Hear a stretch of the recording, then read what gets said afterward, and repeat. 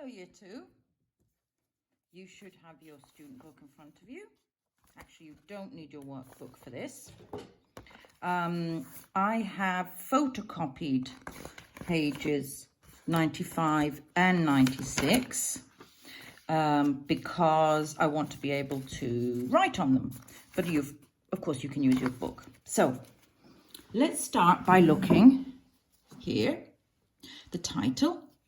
What are we doing? We're looking at pairs of decimals that make 1. So 2 decimals that added together make 1. Here it says, you already know the addition facts for whole numbers to 10. You know that 1 plus 9 is 10, 2 plus 8 is 10, etc. These are all the combinations. Okay.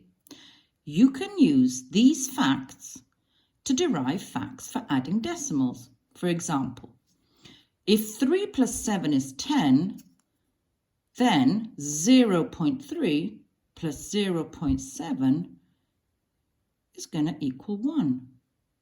Okay, 3/10 plus 7/10 are going to equal 1. We're going to look at it in more detail in a minute.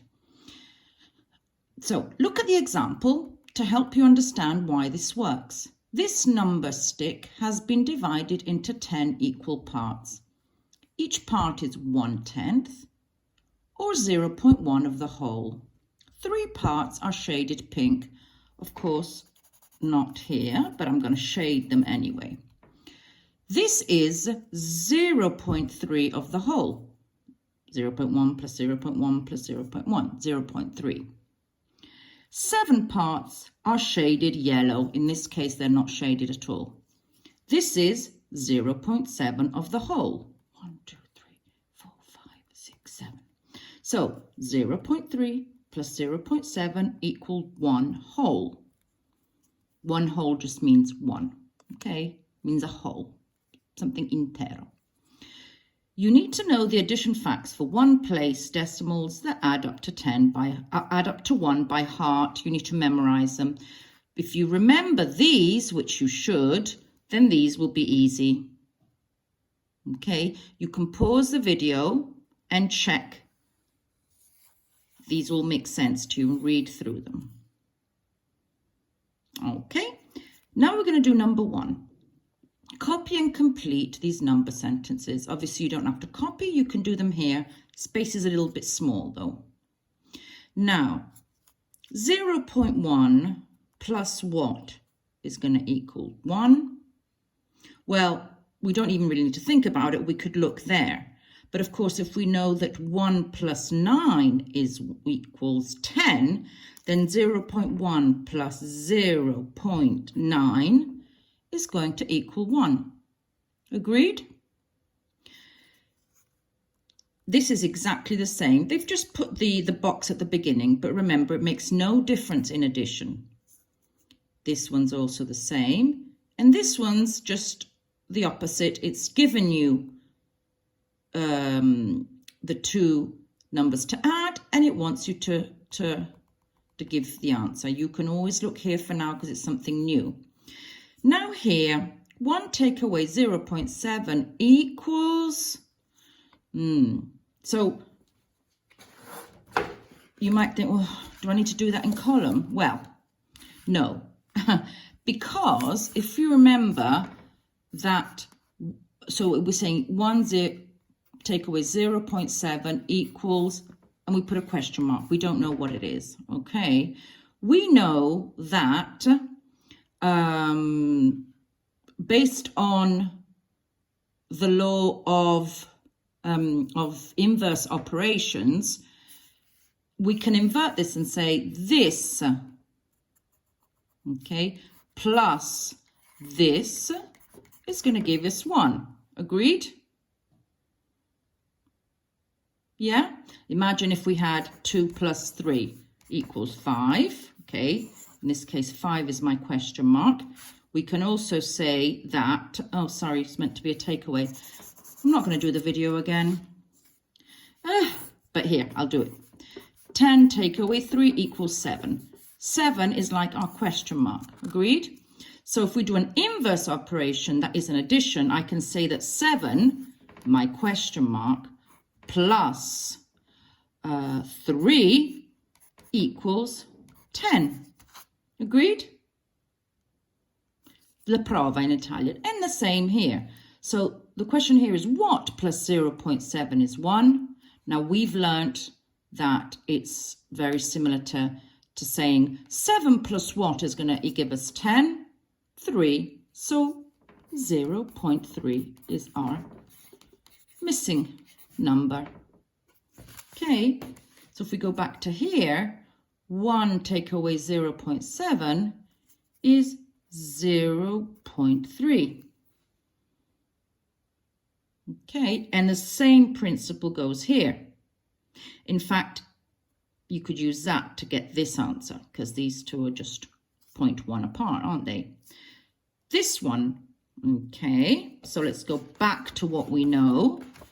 We're saying 1 take away question mark equals 0.8, right? We're doing 1h. So again, by the rule of inverse operations, we could say that, no, we're going to use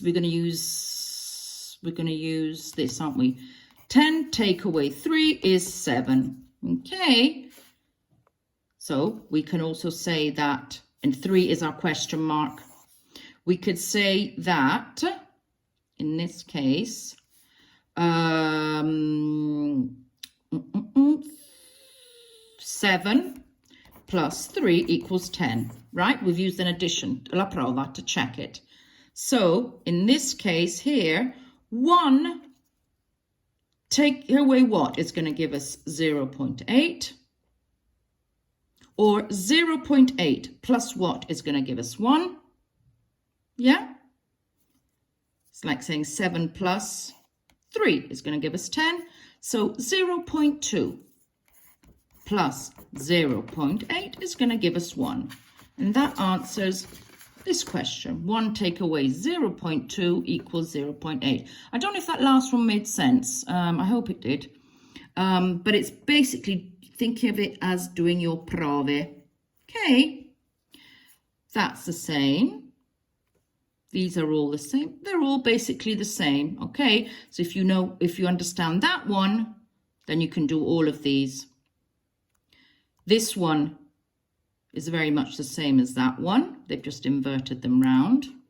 Okay. So you can stop now and give it a go. Okay. Pause the video and try. And then I will send you the answers separately. Okay, we're back. Let's look at number 2. Nadira needs 5 chocolate bars this size to bake chocolate brownies. So this chocolate bar has got 10 squares, right? And here we've got how many squares? 10 out of 10, because it's a full chocolate bar. Now, here it says she has these broken pieces. I know they look smaller, but I think they're meant to be the same size. Okay, it's just they probably couldn't fit them on the page. Don't be confused by the fact that they look smaller. Does she have enough to make the brownies? So she needs 5 of these. Okay, she needs 5 of these. So that means that she's going to need 5 times 10. She needs 50 pieces. Correct? Okay. You can pause it now. Try and work it out. You can do it on a piece of paper if you want to, or in your exercise books. And then when we come back, I'll show you one way of working it out. Okay. So, what probably this exercise would like you to do is to use what you've learned here. So to pair up groups of broken pieces that are going to equal 10. Okay, so for example, here I can see that I've got 2, 4, 6, 8, 9. What am I going to need? I'm going to need 1 piece, correct? There you go. So I can cross them off. This plus this is Let's do it by whole chocolate bars. This makes a whole chocolate bar. So 1/10 of a chocolate bar plus 9/10 of a chocolate bar are going to give me 1. Yeah? Let's see if I've got any other pieces to match. So.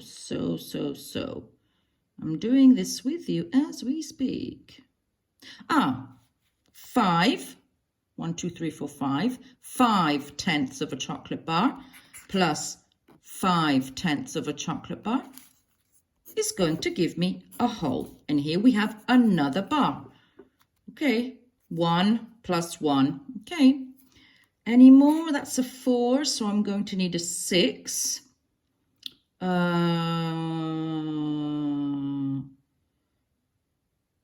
No. But look, 4 plus 4 plus 2 is going to give me 10. So I cross those off and I've made another whole chocolate bar. I need 5. Am I going to have enough with these left? Well, if I need 2 more.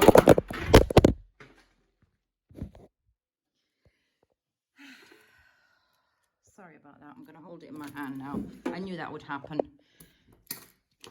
Yes, I'm breaking everything. So, sorry. I hope that at least made you laugh for a few minutes. At least it was worth it. So, again, we've got 3 whole chocolate bars because we've got 10, 10, 10.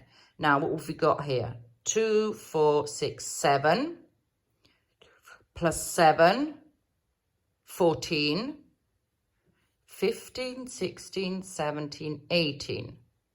Correct? 18 pieces. So 10 pieces is going to give us another chocolate bar.